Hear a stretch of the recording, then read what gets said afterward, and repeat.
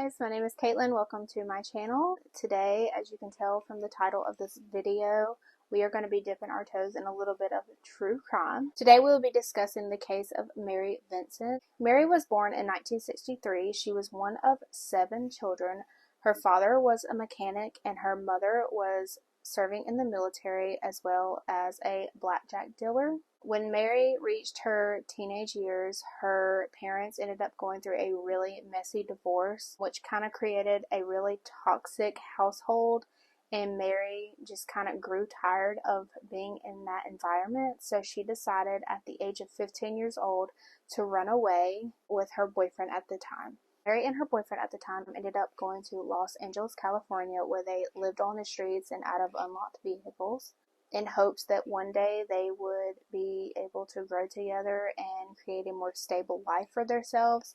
But this was sadly cut short when Mary's boyfriend was arrested for raping another teenage girl. Now this, of course, left Mary on her own, which is something that she was not planning on doing. She was just 15 years old, so she decided that she was going to go to Berkeley, California to stay with her grandfather. After spending some time in Berkeley with her grandfather, Mary became very homesick. She missed her parents, she missed her siblings, she just wanted to go home. Because Mary knew she had to hitchhike there, she decided to kind of break her trip up, so she would go from Berkeley to Los Angeles. She would stay at Los Angeles for a while, and then she would hitchhike from Los Angeles to Las Vegas. On December 29th, 1978, Mary knew that she would be hitchhiking, so she made a sign stating she was heading south, taking Interstate 5 to Los Angeles. After hitchhiking for a while, she grew tired, so she decided to flag someone down. So she stood on the side of the road with her sign that she made.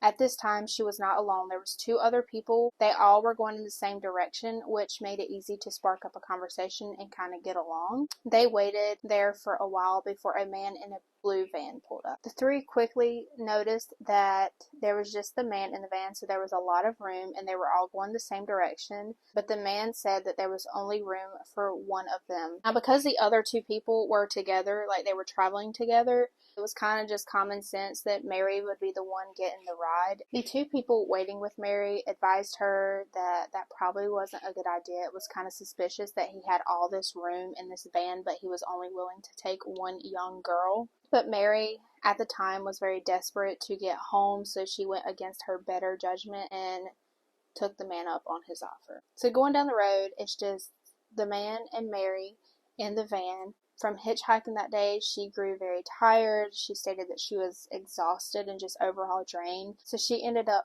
dozing off for a little bit. Now, when Mary woke up, she realized that the man was going the wrong direction. Once she noticed this, she was quick to confront this man about it and told him that he needed to go the way that she initially told him to go. The man tried to calm her down by saying that the way he was going was just a shortcut and it was quicker than the way that Mary originally told him to go.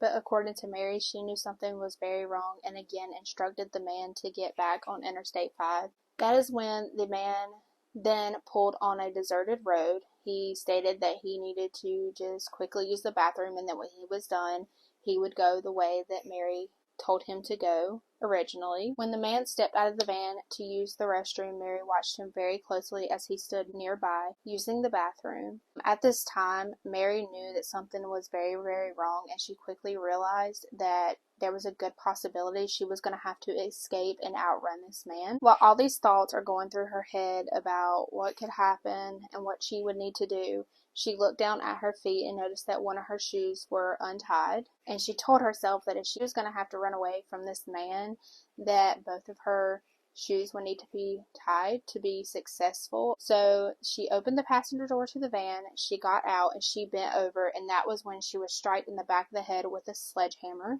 and it caused her to go unconscious. When Mary came to, she realized that she was in the back of this man's van. Her hands were tied behind her back and her clothes were torn. Once the man realized that she was awake, he got in the back of the van with her and began repeatedly raping her. After he was done raping her, he forced her to drink alcohol before raping her again several more times. And this went on through the entirety of the night. He would go to sleep, and then he would wake up and rape her again and go to sleep, and it was kind of a pattern. On September 30th, the next day, Mary said that the man had got up, put his clothes back on, and opened the van doors. Not knowing what was coming next, Mary said that the man grabbed her body and drug her out of the van and pulled her approximately 50 yards away from where the van was parked. At this point, Mary was begging the man to set her free, let her go, that she would not tell anybody. She didn't know what the man's intentions were at this point. She just knew that she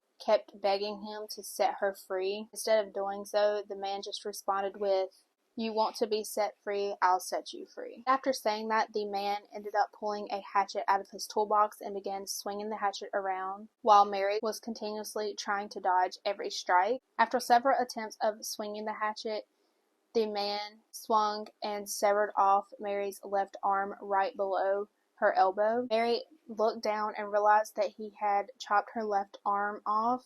She said the pain was absolutely excruciating. Mary stated that she felt every single ounce of pain. She said it felt like an intense burning as well as a sharp pain. She could feel the blood quickly exiting her body. Even though Mary was suffering from this pain, she was still kicking and screaming and doing anything that she could to try to get away from this man. Unfortunately, this did not work. The man did not stop. The man continued to swing the hatchet, this time swinging for Mary's right arm. Now, because Mary was putting up a fight, she said that it took the man a lot longer to sever her right arm, but he did succeed. Mary said that after several strikes, she looked down and realized that he had severed her right arm off as well. She then looked up and the man was kind of shaking his arm up and down as if something was on him that was bothering him. Mary noticed that what the man was trying to get off was her right forearm. While she was fighting for her life, she grabbed onto him with her right hand while it was still attached to her body, and the hand was still tightly squeezed on the man's arm after he had severed it off. At this point, Mary was laying on the ground. Her body was completely in shock. There was blood quickly exiting her body. She believes at this point the man assumed she was either dead or she was quickly going to die, because then he drug her body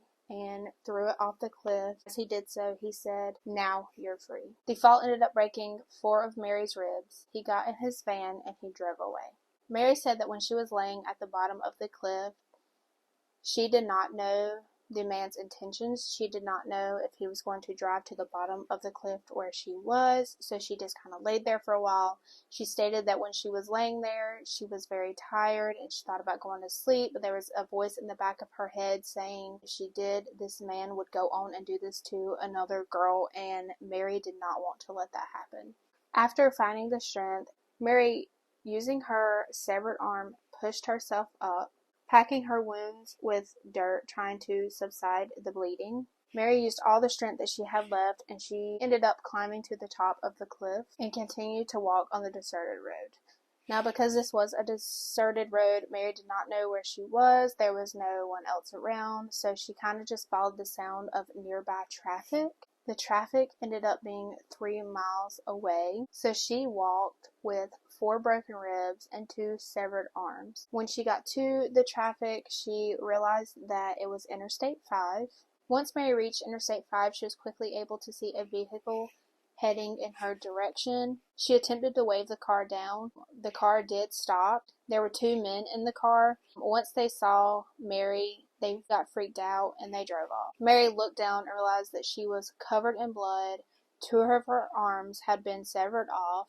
It was dark. She began to get worried that there wasn't going to be anyone willing to help her because she felt that everyone was going to be afraid of her. Luckily, not long after the first car had drove off, there was a truck that stopped for Mary. Inside the truck was a couple. They were actually on their honeymoon. Once they saw Mary, without any questions, they got Mary into the truck and drove to the nearest payphone where they were able to call the paramedics. The rescue helicopter came and was able to fly Mary to the nearest hospital. When Mary arrived at the hospital, she was quickly rushed back to the operating room for a life-saving surgery. That overall, she had lost half of her blood, and the other half of her blood that remained in her body was toxic. During the surgery, the doctors tried their very best to repair Mary's arms the best that they could. Doctors even had to take parts out of her legs to help save what was left of her right arm. Luckily, she survived the surgery, and Mary quickly started working with police to try and catch this man. Police tried to give Mary time to rest, but she was very adamant about helping them in any way she could to find her attacker. Mary worked with a sketch artist, and because she was able to be so detailed about this man, they released the sketch to the public. People were only hunt to find who they called the Mad Chopper. Someone quickly stated that they believed that the Mad Chopper was their neighbor, so the police took no time, rushed over to the house. That is where they met Lawrence for the very first time and arrested him immediately. He was charged with rape, kidnapping, and attempted murder of Mary Vincent. The case did end up going to trial, and Mary did testify against Lawrence, and in doing so, she had to relive the attack from start to finish, with the hopes of locking Lawrence away for the rest of his life for what he had done to her. At this point, Mary was wearing prosthetic arms. She began wearing them within 2 weeks after the attack. She stood in front of the courtroom and talked about how she was kidnapped and her arms were cut off by Lawrence. After Mary's testimony, when she was leaving the courtroom, she did have to pass by Lawrence as he was sitting at the defense desk. And Mary claimed that when she passed him, he mumbled under his breath, "I'll finish you off if it's the last thing I do." Mary was absolutely terrified after she had heard this. At the end of the trial, Lawrence was found guilty for all 3 charges. However, he was only sentenced 14 years in prison. The maximum sentence at the time in California for Lawrence's charges was 14 years, so he did get the max sentence. But the judge told Lawrence that if he could, he would put him in prison for the rest of his natural life. But because of the law, he was prohibited from doing so. Even though Lawrence was sentenced for 14 years, he was released after only serving 8 years for good behavior. When the public was made aware that this had happened, everyone was outraged there. Mary was absolutely horrified after hearing about Lawrence's release because of what he had said to her. But after Lawrence's release, he moved back to Florida, where he was from, and he started going by the name of Bill. He tried his very best to kind of stay quiet and just live a normal life. But that did not last long. On February 19th, 1997, a house painter named Paul was going to one of his clients' house, which happened to be Lawrence's house, to do some touch-up work. When Paul arrived, he walked up to the front door and just so happened to look through the front window, where he saw Lawrence standing over what appeared to be a dead woman on the sofa. Paul stood there watching Lawrence stab this woman over and over and over again, raping her, and mentioned he could hear what seemed to be the sound of bones crunching during the process. Paul immediately rushed and called the police. When the police arrived, they found Lawrence naked and covered in blood. The victim happened to be a 31-year-old woman named Roxanne Hayes. She was a mother of 3 kids and also worked as a sex worker to try and support her family. The medical examiner who performed the autopsy on Roxanne found that Roxanne had been stabbed 7 times, with the fatal stab going through the right vertical of her heart, causing her to bleed to death. She also had defensive wounds on her hands, one of which almost severed her index and her middle finger on her left hand. Roxanne would have been conscious 4 to 5 minutes after the fatal stab to her heart. Lawrence had pled not guilty, saying that when Roxanne arrived to his home, she became very violent and was trying to take his wallet. Roxanne then grabbed a knife, and Lawrence said that he had to do what he had to do to try and defend himself. Paul, who witnessed the crime, was very adamant that that was not what had happened. He said that he saw Larry attacking Roxanne, and he never once saw Roxanne fighting back. This case also went to trial, and Mary made the decision that she was going to travel to Florida to testify on Roxanne's behalf. Mary played a pivotal role in this trial. Mary looked right at Lawrence while she was on the stand and said, "I was raped and had my arms cut off. He used a hatchet and left me to die." Lawrence took the stand in his own defense and claimed that he had consumed too much alcohol and prescription medication before meeting up with Roxanne. He said that he picked Roxanne up, They drove back to his house, where they engaged in sex, and afterwards Roxanne tried grabbing his wallet, and that was where it all began. He said that Roxanne picked up a knife and tried to attack him, and while attempting to disarm Roxanne, she suffered from 7 stab wounds. On April 14, 1998, Larry was found guilty of first-degree murder and was sentenced to death. Larry did try to appeal his conviction. He stated that the jury he had was impartial because 3 of the jurors knew about his prior conviction, but the court denied his appeal. Even though he was on death row, he never received an execution date. But 3 years later, on December 28, 2001, Lawrence died at North Florida Reception Center at the age of 74 due to cancer. The only positive thing that came out of this case was the outrage that the public had about Lawrence's short sentence for what he did to Mary. California passed multiple laws that allowed longer prison sentences for criminals who commit violent crimes such as Lawrence. The public was again outraged because if they had kept Lawrence behind bars, Roxanne would still be alive. As far as Mary Vincent, after the attack, she attended the University of Nevada, Las Vegas, and she began her career as an artist. She did end up getting married and had 2 sons. However, her first marriage did end in divorce, but she did go on to marry another man.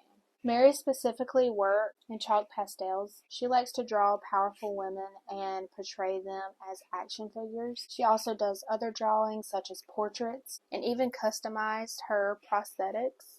Before the attack, Mary stated that she was very talented with her hands. She could play instruments, she could do pottery, she could do makeup and hair. But one thing that she was never able to do with her hands is draw. Mary said that one night she was standing in her bedroom looking in the mirror with her prosthetics on. She realized she was able to grip a pencil with the metal prongs on her prosthetic arms. She started drawing herself and was surprised to see that she was actually able to draw something that looked like her. Mary stated that it had looked just like her. Mary said that she used art to create beauty in her depression. Powerful women and animals is where she focused most. But after meeting her second husband, Mary says that she has not did a single drawing. She has not picked up a book. She says that with him, she is living a life instead of drawing one or reading about one. And that, you guys, is the survival story of Mary Vincent. Y'all please leave in the comments what y'all think about this case, how you feel about it. I am interested to see the different opinions on this case. As far as my opinion goes, Mary is a superwoman herself. The fact that she was able to go through what she did and still find happiness is absolutely amazing. Anyways, thank y'all for watching. If you liked today's video, please give it a big thumbs up. Please comment your opinions down below. And subscribe if you would like to see more videos like this. And until then, stay safe, and I'll see you next time.